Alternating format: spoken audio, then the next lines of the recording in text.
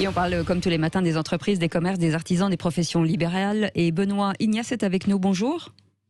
Bonjour Cécile, merci de me recevoir. Bien sûr, merci d'être avec vous, avec nous ce matin, ce lundi matin. Vous êtes directeur adjoint d'Enigas et de Power France, donc c'est un fournisseur de gaz, d'électricité, de services énergétiques sur le territoire français.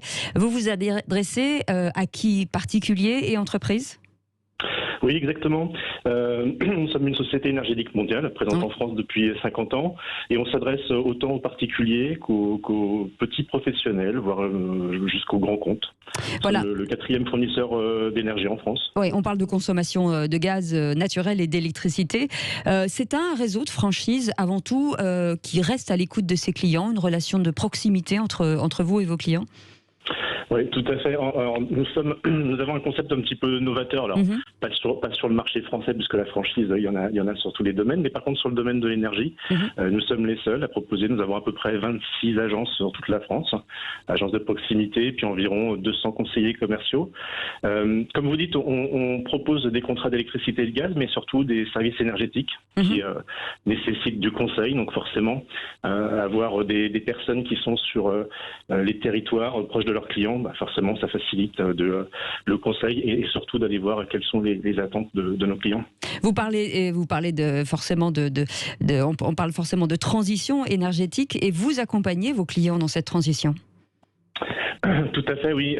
On est soumis au certificat d'économie d'énergie et donc on a la possibilité d'accompagner nos clients pour les conseiller sur des travaux d'efficacité énergétique et puis même de les financer. Voilà. C'est ça. Tout en partie. Et à hauteur de combien ? Est-ce qu'on peut avoir un exemple ou... Ça va dépendre, mais on a des clients pour qui on a pu financer la totalité de leurs travaux. Ah oui. Donc des travaux qui peuvent aller de 20 000 jusqu'à 100 000 euros. Ah oui, c'est assez énorme. Vous protégez aussi vos clients face à la hausse des prix, parce qu'on a toujours tendance à se dire que quand il y a une hausse du gaz ou de l'électricité, forcément les prix vont aller à la hausse, et quand c'est à la baisse, on a l'impression que les fournisseurs ne baissent pas. Alors que vous aussi. Alors, ça va dépendre effectivement. On va proposer par exemple des offres à prix fixe qui permettent de juguler justement les augmentations. Et puis pour certains types de clients, on peut aller même jusqu'à proposer des offres à prix fixe qui permettent aussi d'avoir des baisses à partir du moment où le marché évolue à la baisse. D'accord. Et comment vous adaptez justement à la crise aujourd'hui ? Est-ce que vos services vont toujours chez les particuliers ou dans les entreprises ? Est-ce que vous avez restreint pas mal de choses ? Est-ce que vous êtes en télétravail ? Alors, restreindre les services, non, ça, c'est vraiment pas ce qu'on peut faire. L'énergie est évidemment très importante, que ce soit pour les particuliers ou les entreprises. Oui. Donc, évidemment, on a dû s'organiser avec le télétravail, mais c'est ce qu'on faisait déjà avant la crise, donc ça n'a pas été trop compliqué pour nous. Et puis justement, d'avoir des réseaux de proximité comme nos réseaux de franchise, ça permet justement d'être au plus près de nos clients. Alors, dans des moments comme ça un petit peu particuliers, évidemment, l'accompagnement a encore plus de valeur. Donc, bon, je dis pas que ça a été complètement simple, mais non, ça, on a été capable de le gérer et voire même, ça a pu même créer quelques opportunités pour nos clients. Oui, et des opportunités intéressantes puisque vous aidez aussi vos clients qui ont des problèmes de trésorerie à mettre en place des échéanciers, par exemple.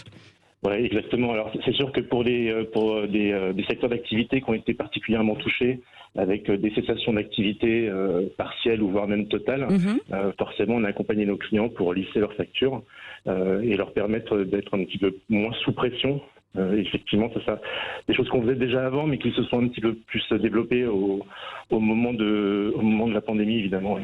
Et vous avez un regard particulier, justement, sur les artisans, les professions libérales, les PME, qui aujourd'hui souffrent véritablement de la crise ?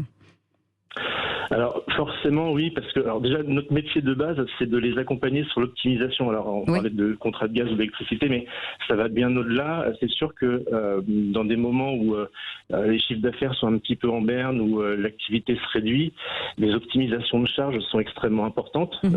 Donc sur le prix de l'énergie de base, on va aussi les aider sur des optimisations fiscales liées à l'énergie. On va les aider aussi à optimiser tout ce qui est puissance de compteur douceur, enfin tout ce qui va permettre de faire des économies. Peu plus précis. Oui. Et puis à la fin, exactement, faire des économies. En tout cas, merci beaucoup Benoît Ignace d'avoir été avec nous, directeur adjoint d'Enigas et Power France, un fournisseur de gaz, d'électricité et de services énergétiques en France.